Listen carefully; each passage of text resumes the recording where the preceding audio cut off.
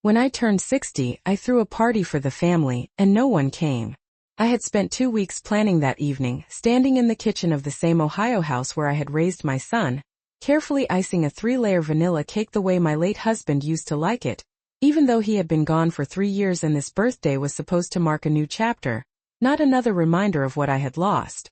I set the dining table with my best china, the white plates with the thin gold rim that only came out on holidays, placed 8 folded linen napkins beside crystal glasses, and arranged fresh tulips in the center because Heather once mentioned she liked spring flowers, and I wanted everything to feel warm, welcoming, worth showing up for. By 6 o'clock the candles were lit and the roast was resting on the counter, filling the house with the kind of smell that used to draw Daniel into the kitchen when he was a teenager, tall and hungry and still happy to sit beside me and talk about his day. At 6:30 I checked my phone. No messages. At 7 I refreshed it again. Nothing. I told myself traffic on I-75 could be unpredictable, that maybe Mason's soccer practice had run late, that maybe Heather had misread the time. At 7:30 the candles had burned halfway down and the house felt too quiet, the kind of quiet that presses against your ears. I stood by the front window watching every pair of headlights that passed, waiting for one of them to turn into my driveway. None did.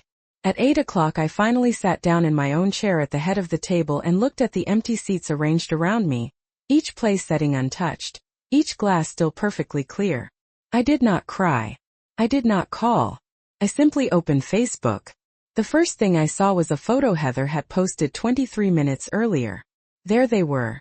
Daniel with his arm around her, Olivia smiling in a sundress, Mason holding a sparkling lemonade, standing in front of a vineyard in Napa Valley. The caption read, "Family Weekend Getaway. So grateful for this beautiful life." I stared at that word family longer than I should have. The timestamp said they had checked in that afternoon. That same afternoon, while I was setting out plates for 8, they were boarding a flight to California.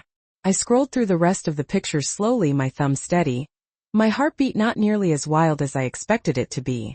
A photo at a long wooden table under string lights. A photo of Daniel laughing, wine glass raised.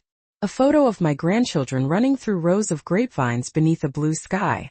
Everyone was there. Everyone except me. I set my phone face down beside my plate and listened to the ticking of the kitchen clock. I had told Daniel weeks ago that turning 60 felt important, that I didn't need gifts, just dinner together. He had smiled and said, "Of course, Mom. We'll be there." I believed him because I always had.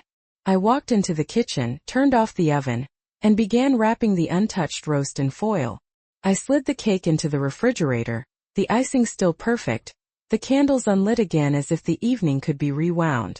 The tulip stood bright and unnecessary in the center of the table. I blew out the last candle and watched a thin trail of smoke curl upward before disappearing. No one had forgotten. That was the part that settled over me like a cold, steady truth. They hadn't been delayed. They hadn't been confused. They had chosen. And somewhere between lighting those candles and scrolling past that vineyard photo, something inside me shifted quietly into place. I realized I had been waiting for an invitation to a family that had already moved on without me. I woke up the next morning at 6:30, the way I always do, even though there was nowhere to be and no one expecting me, and for a few quiet seconds I forgot what had happened the night before. The house felt the same as it always had in the early light, pale sunshine slipping through the kitchen blinds, dust floating lazily in the air, the refrigerator humming softly. Then I saw the extra folding chairs stacked neatly against the wall, and the unopened bottle of sparkling cider still sitting on the counter, and the memory returned without drama, without tears, just a steady awareness that something had changed. I poured myself a cup of coffee and stood at the sink, looking out at the backyard where Daniel used to throw a baseball against the fence when he was 10 years old, determined to make the middle school team. I had sat on those back steps for hours back then, cheering for every catch, believing that being present was the same thing as being valued. My phone buzzed on the kitchen table, and I let it ring twice before picking it up. A text from Daniel. "Sorry we missed dinner last night. Heather surprised us with the trip. It was already booked. We will celebrate when we get back." I read it once. Then again. There was no mention of Napa Valley. No mention of the photographs. No acknowledgement that they had known for weeks. Just a soft excuse wrapped in casual words. I typed out a response and erased it 3 times before finally sending. I hope the weather is nice. It was the kind of sentence that carried no accusation and no warmth at the same time. I set my phone down and opened the refrigerator. The cake looked smaller in the morning light. The icing had hardened slightly at the edges. I cut myself a thin slice and placed it on a plate, sitting alone at the table that had been set for 8 the night before. The fork sounded too loud against the china. I chewed slowly, tasting sugar and something else I could not quite name. Disappointment does not always arrive loudly. Sometimes it settles in quietly and begins rearranging things without asking permission. As I washed the dishes from the night before, I replayed the last few years in my mind with a different lens. The time Olivia had her school play and I was told it had been moved to a weekday morning, while I later saw photographs online that proved it was the same Saturday afternoon we had discussed. The Christmas dinner that became just immediate family, and somehow included neighbors and coworkers but not me. The Sunday lunches that were canceled at the last minute with polite apologies that no longer sounded accidental. Each memory felt sharper now, less innocent. I dried my hands on a towel and walked into the living room, where framed photographs lined the mantel. There was one of Daniel at his college graduation, cap slightly crooked, his arm wrapped around me as if I were the center of his world. I touched the edge of the frame lightly. Somewhere between that day and this one I had been moved to the margins. I had not noticed when it happened, or maybe I had noticed and chosen not to look too closely. My phone buzzed again, this time with a notification from social media. Another photograph. This one showed Heather raising a glass beneath string lights, the caption reading, "Best decision ever." I did not react the way I once would have.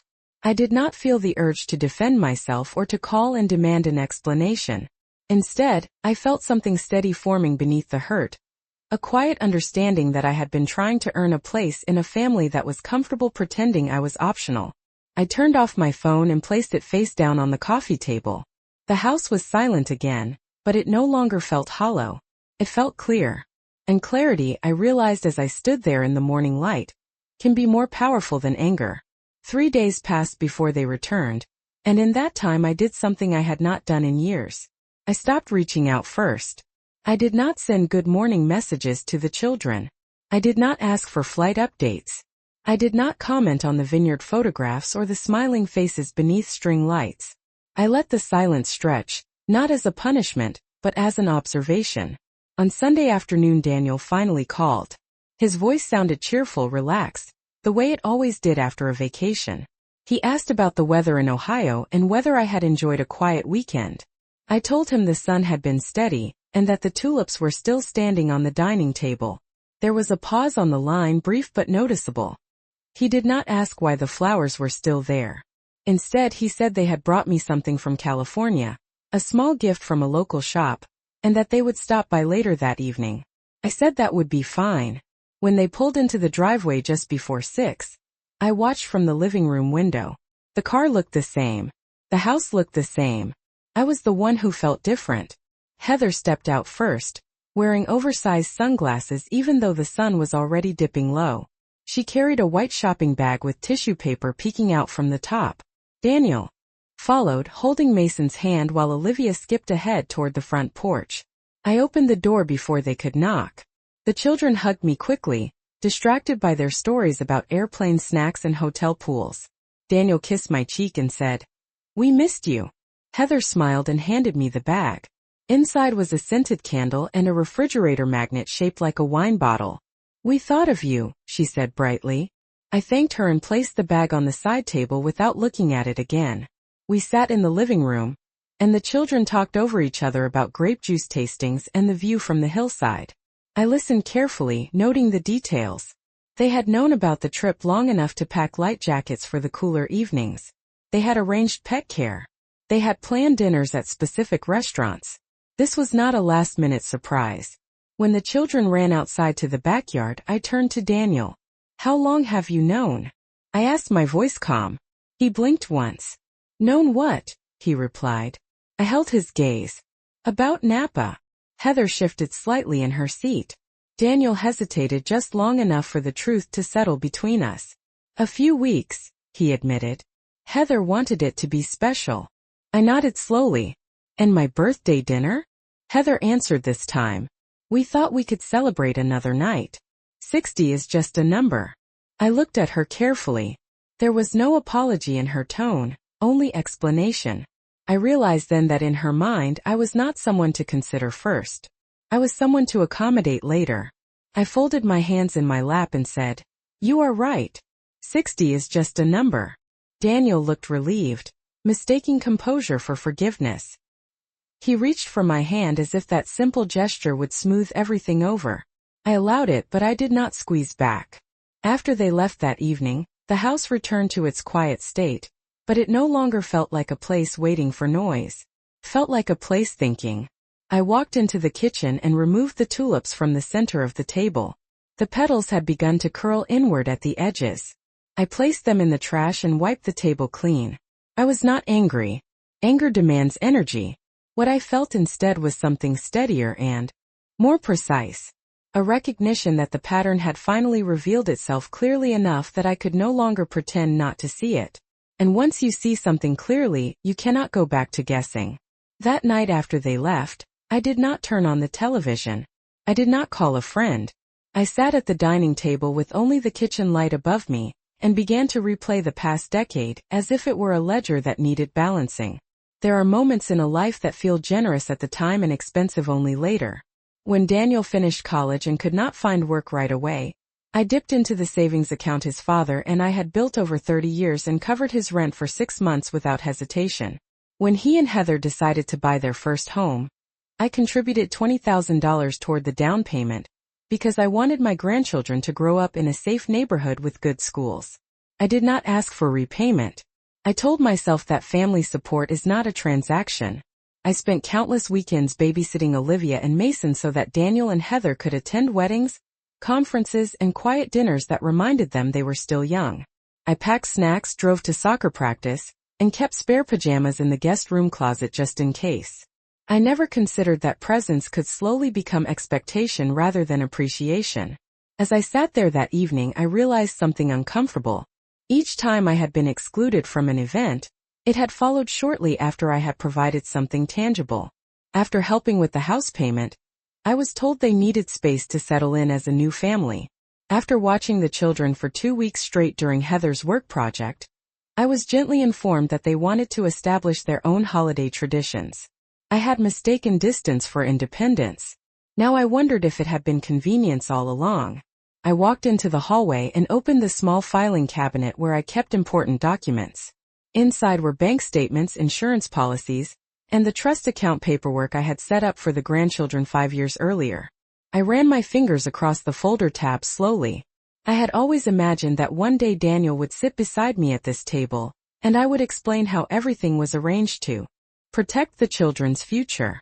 I had assumed gratitude would be part of that conversation. Instead, I was beginning to see that assumptions can be costly.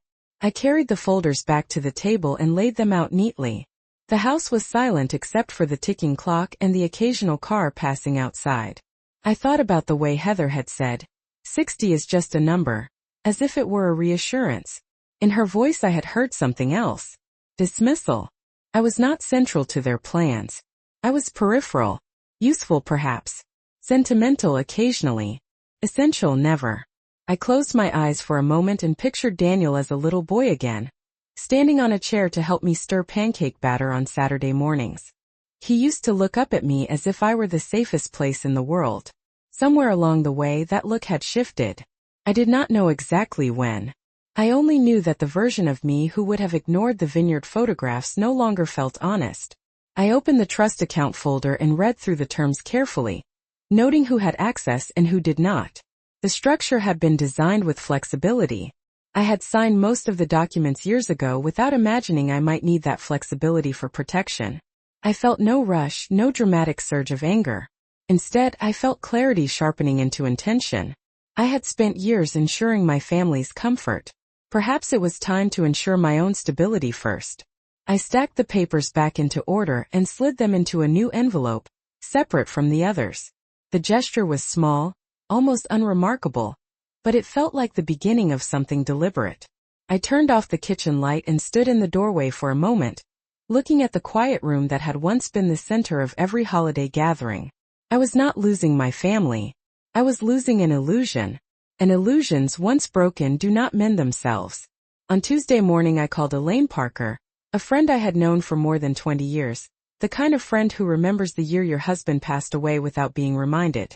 We met at a small coffee shop near the courthouse, the kind with chipped wooden tables and a chalkboard menu that never quite changes. Elaine listened without interrupting as I described the empty chairs, the vineyard photographs, the casual explanation about a surprise trip. She did not gasp or shake her head dramatically. She simply leaned back and asked, "Has this been happening for a while?" The question lingered between us longer than I expected. I told her about the school play that was supposedly rescheduled, the Christmas dinner that had quietly excluded me, the steady pattern of being informed after decisions were already made. Elaine stirred her coffee slowly and said something I had not allowed myself to articulate. "Margaret, you are convenient to them. Not central." The words did not sting. They clarified. I walked out of that cafe with a calm I had not felt in weeks. That afternoon I drove past Daniel's neighborhood on my way home. Not to spy, but to observe. The house I had helped fund looked comfortable and secure. Freshly painted shutters framing the windows. A new patio set visible in the backyard. I remembered signing the check for the down payment, telling Daniel it was an investment in stability. I had meant emotional stability as much as financial. At a stoplight I found myself thinking about how often stability becomes invisible once it is established. When I reached my driveway I did not go inside immediately. I sat in my car with the engine off and opened the notes application on my phone. I began listing facts rather than feelings. Date of the missed birthday dinner. Date of the vineyard photographs. Amount contributed toward the house. Value of the trust accounts. I was not documenting resentment. I was documenting reality. That evening Daniel called again, this time asking if I could watch the children the following Saturday because he and Heather had tickets to a concert downtown. I paused just long enough for him to notice. "I have plans," I said evenly. There was silence on the other end of the line. "Since when?" he asked lightly, as if I had broken an unspoken agreement. "Since recently," I replied. I did not elaborate. After I ended the call, I felt something unfamiliar. Not guilt. Not relief. Autonomy. I spent the rest of the evening reviewing the trust documents more carefully. The structure allowed me to appoint a third party as co-trustee, someone neutral, someone not directly tied to Daniel or Heather. It had seemed unnecessary when I first created it. Now it felt prudent. I drafted a short email to the attorney who had handled the paperwork years ago, requesting a meeting to review the terms. I did not accuse anyone. I did not mention Napa Valley. I simply asked for clarity about options. The act of scheduling that appointment steadied me more than any argument could have. Later that night, as I washed the single dinner plate in my quiet kitchen, I noticed that the silence no longer pressed against my ears. It felt intentional. I understood something then that had taken me 60 years to learn. Being included occasionally is not the same as being respected consistently. And respect, once absent, cannot be restored by a scented candle and a refrigerator magnet.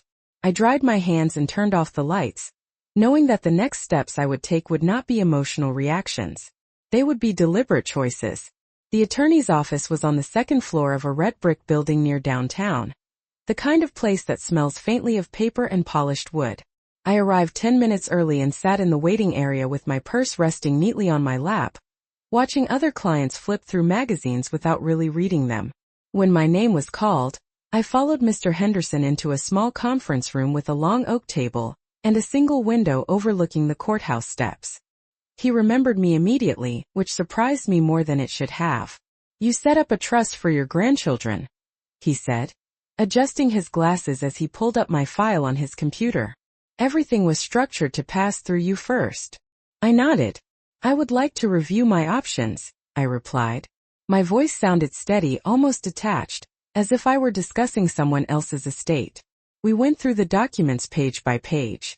The original terms allowed Daniel limited oversight, but ultimate authority remained with me. I asked careful questions about appointing a neutral co-trustee, about adjusting distribution timelines, about clarifying access rights. Mr. Henderson answered each one methodically, occasionally pausing to make notes. "Is there a concern?" he asked gently at one point. I considered the question. There is clarity, I said instead.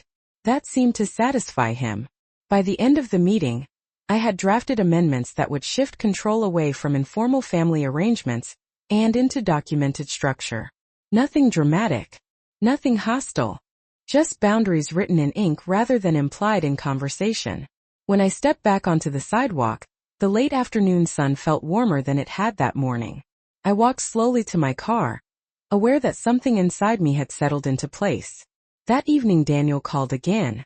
"Mom, about Saturday," he began, as if the matter were still open. "Heather and I already bought the tickets." I listened to the faint sound of traffic in the background on his end. "I understand," I said, "but I will not be available." There was a brief pause. "You have never said no before," he replied. "That is true," I answered calmly, "but I am learning." The silence that followed was longer this time. He did not argue. He did not apologize. He simply said, "All right," in a tone that carried confusion more than anger. After I hung up, I walked into the living room and sat in my husband's old armchair.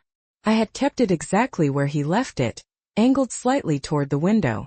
I realized that for years I had been trying to preserve a version of family that existed when he was still alive, when Sunday dinners were assumed and birthdays were circled on calendars without negotiation. That version no longer fit the present, and pretending otherwise had quietly diminished me. A few days later, I received an email from Mr. Henderson confirming the revised documents were ready for signature. I printed the pages and read them carefully at my kitchen table, the same table that had once held 8 place settings. Each line felt like a sentence of self-respect. I was not cutting anyone off. I was not retaliating. I was ensuring that generosity would no longer be mistaken for obligation. As I signed my name at the bottom of the final page, I felt no surge of triumph. Only steadiness. Boundaries do not announce themselves loudly. They simply stand where there was once an open door. And for the first time in a long while, I understood that the door to my resources, my time, and my presence did not have to remain wide open just because someone had grown accustomed to walking through it. Daniel did not call for several days after our last conversation, and the silence between us felt different than before. It was no longer accidental. It was observant. The following Thursday evening he showed up at my house alone. I saw his car pull into the driveway just after 7, headlights sweeping briefly across the living room wall before turning off. I opened the door before he could knock. He stood there with his hands in his jacket pockets, looking less certain than usual.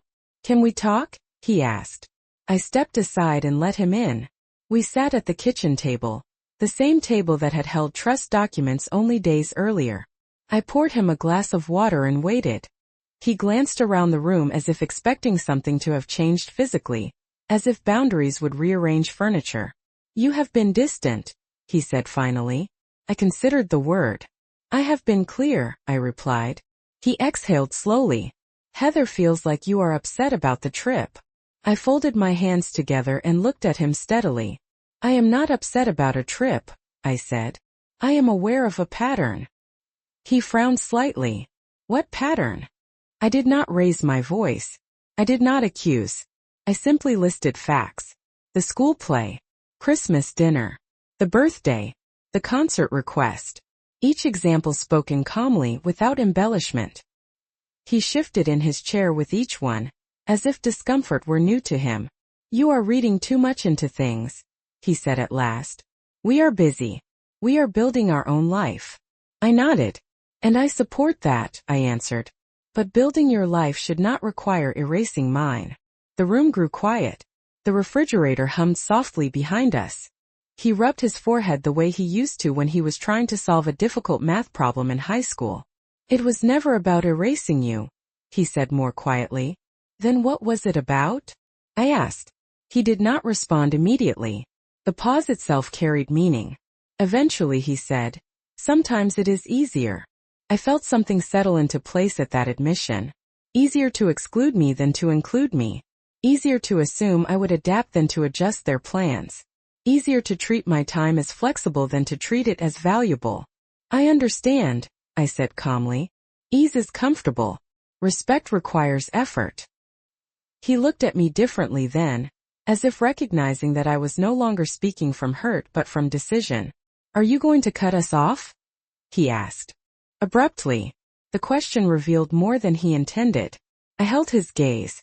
"I am going to protect what I have built," I replied. "That includes my time, my resources, and my presence."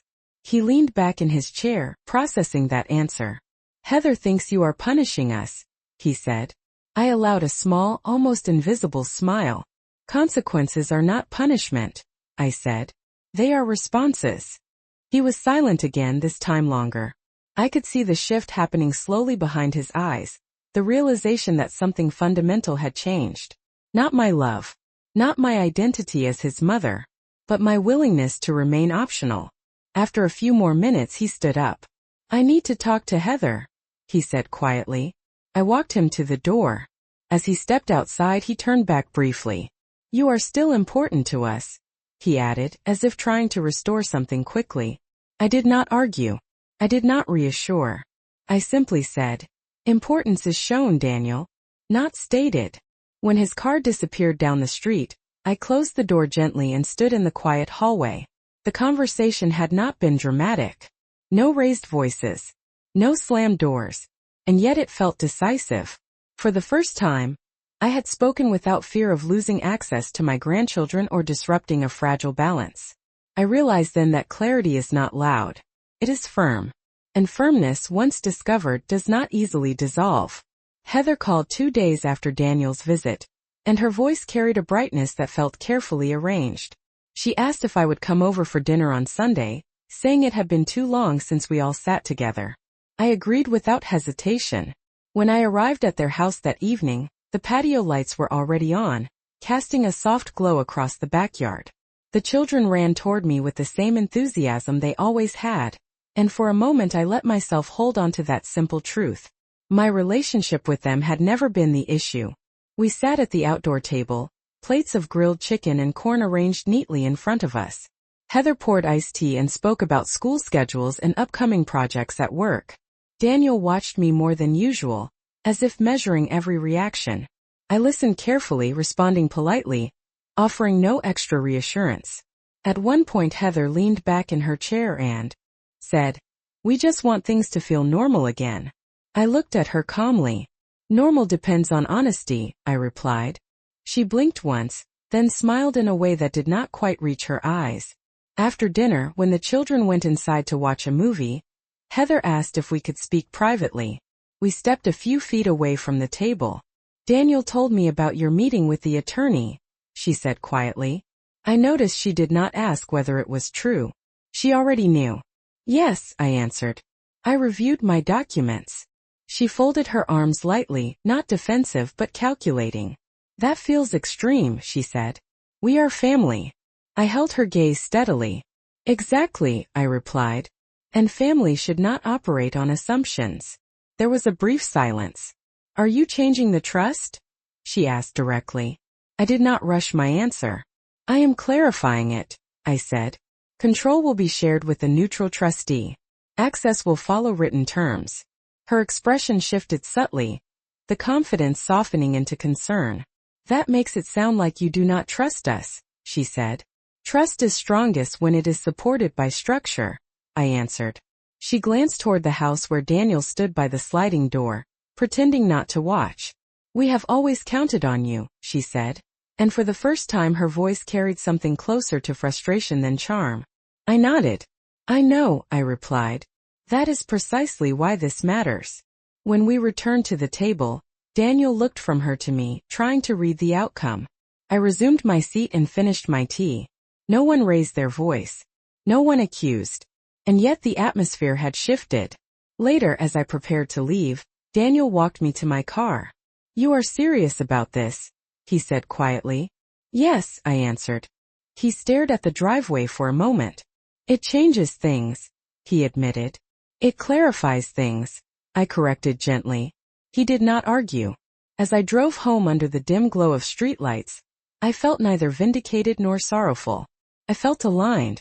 For years I had mistaken flexibility for kindness. Now I understood that kindness without boundaries can become expectation, An expectation without gratitude can become entitlement. When I parked in my driveway and turned off the engine, the house stood exactly as it always had, steady and silent. I stepped inside and locked the door behind me, aware that the real shift had not happened in a courtroom or at a dinner table. It had happened quietly within me. And once that shift occurs, it does not reverse itself simply because someone prefers the old arrangement. The changes became official on a quiet Wednesday morning when I returned to Mr. Henderson's office to sign the final amended documents.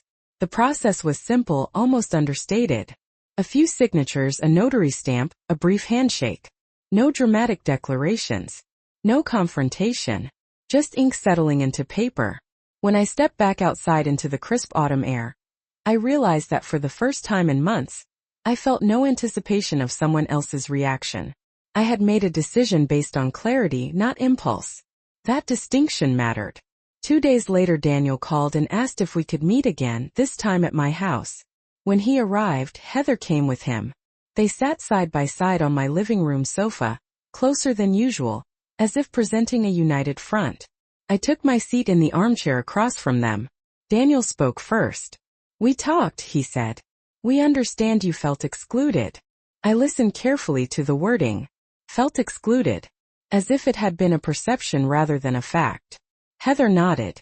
"We never meant to make you feel that way," she added. I held their gaze evenly. "Intent does not erase impact," I replied. The room remained calm, but there was weight in the air. Daniel cleared his throat.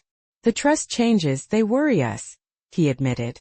"We thought we were all on the same page." I leaned forward slightly. "We were," I said. "When respect was assumed." Heather shifted, then asked quietly, "Is there a way to go back?" It was an honest question stripped of brightness. I did not answer immediately. I looked around the room at the framed photographs, the old clock on the wall, the quiet evidence of decades spent building something steady. Going back would mean returning to a version of myself that accepted less than I deserve, I said finally. That is not something I am willing to do. Daniel's shoulders lowered slightly. "So what happens now?" he asked. I felt no anger toward him in that moment, only a measured resolve. "Now," I said, "we move forward with clarity. I will continue to love my grandchildren. I will continue to show up when invited sincerely. But I will not compete for space in my own family." Silence followed, not hostile but reflective. Heather looked down at her hands. "We did not think you would change," she admitted softly. I allowed a small steady smile. "That was the problem," I replied. They stayed for nearly an hour. There were no dramatic apologies, no tearful reconciliations. There was simply an acknowledgement that something fundamental had shifted. When they stood to leave, Daniel hugged me longer than usual. It felt less like obligation and more like recognition. After they drove away, I walked back into the kitchen and poured myself a cup of tea. The house was quiet, but it no longer felt like a place waiting for validation. It felt like a place grounded in its own worth. I understood then that the empty chairs on my birthday had not been the end of something. They had been a revelation. I had not lost my family that evening. I had lost the illusion that love alone guarantees respect. And once that illusion dissolves, what remains is not bitterness. It is strength. I carried my tea into the living room and sat beneath the soft glow of the lamp, aware that my life had not grown smaller. It had grown clearer. And clarity, once embraced, does not require anyone else's permission.